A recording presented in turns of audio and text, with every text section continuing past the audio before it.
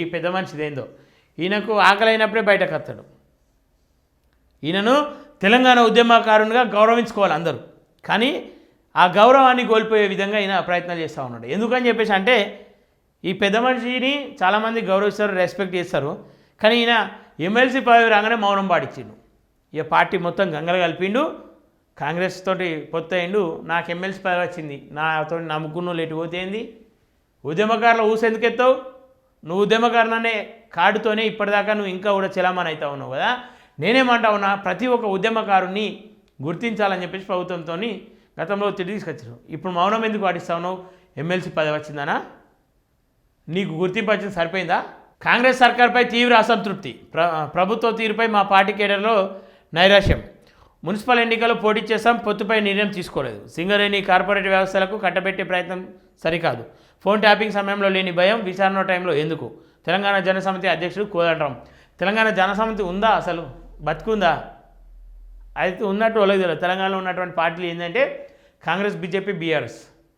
మాకు ఇచ్చిన హామీల విషయంలో జాప్యం, అందుకు బయటకు వెళ్ళినాం అంతే. మీకు ఏవైతే హామీలు ఇచ్చారో అవి ఇప్పటిదాకా నాకు ఎమ్మెల్సీ ఇస్తాన్నారు, 2 ఎమ్మెల్సీలు ఇస్తాన్నారు, కార్పొరేట్ ఇస్తాన్నారు, ఏమంటారు కొన్ని నామినేటెడ్ పదవులు ఇస్తాన్నారు, మాకు ఇవ్వలేరు. ఇంకా తెలంగాణ రాష్ట్ర ప్రజలు ఎటన్నా కొట్టుకోబోని, తెలంగాణ రాష్ట్రం ఎటన్నా కొట్టుకోబోని, నాకు ఇస్తాన్న పదవులు ఇస్తే మౌనంగా ఉంటా, లేకపోతే అసంతృప్తి మా క్యాడర్ అసంతృప్తితో ఉంది, మేము ఇక కాంగ్రెస్తో కలిసి పనిచేయం. ఇలాంటి మాటలు పెద్ద మనిషి కాబట్టి ఏమనలేకపోతున్నాం, కానీ నిజంగా ఎంతోమంది తెలంగాణ అమరవీరులు, తెలంగాణ ఉద్యమకారులు, తెలంగాణ కళాకారులు, తెలంగాణ ప్రజల ఆత్మఘోష, చనిపోయిన వాళ్ళ ఆత్మఘోష, బతుకున్న వాళ్ళ ఉసురు తగులుతుంది ఖచ్చితంగా నీకు.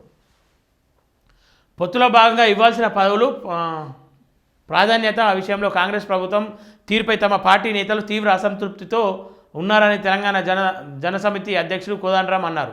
సోమవారం మీడియాతో మాట్లాడిన ఆయన తమకు ఇచ్చిన హామీలపై జరుగుతున్న జాప్యం కారణంగా తమ కేడర్లో 7వ పేజీలో ఉందంట. జనసమితి దూరం పార్టీ చీఫ్ కోదండరాం ఎమ్మెల్సీ పదవిపై అనిశ్చితి నామినేటెడ్ పోస్టులోనూ ప్రాధాన్యం అంతంతే.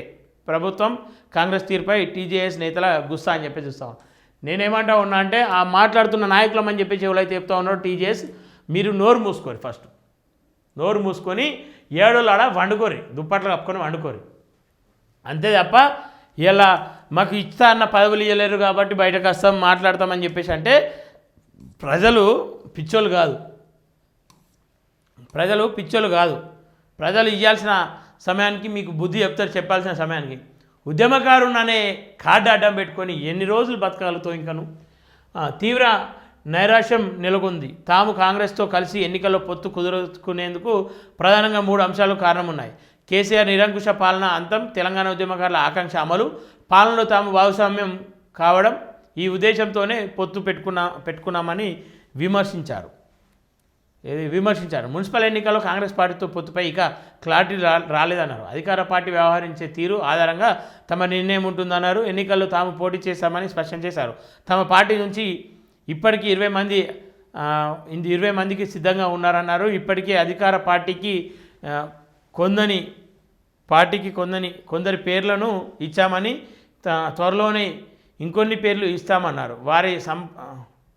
వారి స్పందన కోసం వేచి చూస్తూ సింగరేణి తెలంగాణకు గుండెకాయ లాంటిదని కోదండరాం తెలిపారు. దాన్ని కార్పొరేట్ వ్యవస్థలకు కట్టబెట్టే ప్రయత్నాలు సరికాదన్నారు. సింగరేణి కార్మికుల వాటా రోజుకు తగ్గుతుందని పేర్కొన్నారు. కాంట్రాక్టు వర్కర్లు తక్కువ వేతనానికి పనిచేస్తున్నారని గుర్తు చేశారు. సింగరేణిపై ప్రజలకు, కార్మికులకే ప్రధాన హక్కులు ఉండేలా చర్యలు తీసుకోవాలని చెప్తాను. అప్పుడు లేని భయం ఇప్పుడు ఎందుకు? అక్రమంగా ఫోన్ ట్యాప్ చేసినప్పుడు లేని భయం విచారణ టైంలో ఎందుకు వచ్చిందని కోదండరాం ప్రశ్నించారు. రాజ్యాంగంపై ప్రజలు అపార నమ్మకం పెట్టుకున్నారని గుర్తు చేశారు. కార్పొరేటు అవసరాలు, ప్రజల హక్కుల మధ్య సంగ్రామం జరుగుతున్నదని, ప్రజలు రాజ్యాంగాన్ని మార్చవద్దంటున్నారని, పాలకుల వైఖరి ప్రజల భావాలను తగ్గట్టుగా లేదని అసహనం వ్యక్తం చేశారు. ఏదేమైనప్పటికీ నేనేమంటా ఉన్నా, కోదండరాం అయితే మారిపోయిండు. ఆయన కోదండరాం రెడ్డి. గతంలో తెలంగాణ ఉద్యమకారుడు కోదండరాం అని అంటుండే, ఆయన కులం ప్రస్తావించకపోతుండే. కానీ ఇప్పుడు కోదండరాం రెడ్డి అని చెప్పేసి అనాల్సిన అవసరం ఎందుకైతే ఉందంటే రెడ్డి సీఎం, రెడ్డి అధికారం రెడ్డిల చేతిలో ఉన్నప్పుడు ఆయన కూడా రెడ్డిగా మారి అధికారాన్ని ఆయన లోపల పుంజుకొని ఆయన కులాన్ని ఆయన బయటకు ఆవహించుకొని ఇక కేవలం పాలన ఆయన మతుకు పాలన చేసుకుంటా ఇష్టానుసారంగా అధికారం వెళ్ళే ప్రయత్నం చేస్తూ ఉన్నాడు. ఇక్కడ గత ఎన్నికల్లో కాంగ్రెస్ పార్టీ అధికారం పీఠానికి చేర్చుకోవడంలో కలిసొచ్చిన తెలంగాణ జనసమితి కాస్తింత అలక చెందినట్లు కనిపిస్తుంది. కాంగ్రెస్ పార్టీ ప్రభుత్వ తీరుపై అసంతృప్తితో ఉన్నట్లు టీజేఎస్ వర్గాలు చెప్తున్నాయి. ఇటీవల జరిగిన పార్టీ రాష్ట్ర స్థాయి కీలక సమావేశంలో ప్రభుత్వం 2 ఏళ్ల పనితీరు, కాంగ్రెస్ వ్యవహార శైలిపైన సమీక్షిస్తున్నట్లు తెలిసింది. ఈ సందర్భంగా పలువురు నేతలు తీవ్ర అసహనం వ్యక్తం చేస్తున్నట్లు ఈ పార్టీ వర్గాలు తెలిపాయి. అదే విధానం కొనసాగితే ప్రభుత్వం తీరుపై ప్రజలతో కలిసి ఉద్యమ బాటను పట్టాల్సిందేనని పలువురు నేతలు అభిప్రాయపడుతున్నట్లు తెలిసింది. ప్రధానంగా తెలంగాణ జనసమితి అధినేత ప్రొఫెసర్ కోదండరాం ఎమ్మెల్సీ పదవిపై కొనసాగుతున్న అనిశ్చితిపై ఆ పార్టీ నేతలు తీవ్ర అసంతృప్తితో ఉన్నట్లు స్పష్టమైంది. ఇది ఎమ్మెల్సీ పదవి వచ్చిన కాంగ్రెస్ అసెంబ్లీ ఎన్నికలకు ముందు ఇచ్చిన హామీలో 2 ఎమ్మెల్సీ పదవులు, 4 నామినేటెడ్ పోస్టులు, లోకల్ బాడీ ఎన్నికల్లో ప్రాధాన్యం వంటి అంశాలు ఉన్నాయని పార్టీ నేతలు పేర్కొంటున్నారు. కాగా కోదండరాంకు కేటాయించిన ఎమ్మెల్సీ పదవి వివాదంలో ఉండటం, ప్రమాణ స్వీకారం చేసిన తర్వాత న్యాయస్థానంలో తీర్పుతో ఆయన పదవి రద్దు కావడం ఆ పార్టీ వర్గాలకు తీవ్ర నిరాశకు గురి చేసిందని మళ్ళీ రాష్ట్ర మంత్రివర్గం కోదండరాం, అజరుద్దీన్ పేర్లను ప్రతిపాదిస్తూ నిర్ణయం తీసుకుంది. అయితే గవర్నర్ కోట ఎమ్మెల్సీ అంశం న్యాయస్థానంలో ఉండటంతో పదవి వారి పేర్ల ఖరారైన ప్రమాణ స్వీకారంపై అనిశ్చిత కొనసాగుతోంది. కాంగ్రెస్కు మద్దతుగా బీఆర్ఎస్ సర్కార్కు వ్యతిరేకంగా ఉద్యమించిన నేతకు పదవి కేటాయింపులో అన్యాయం జరిగిందని జనసమితి నేతలు పెదవి విరుస్తున్నారంట.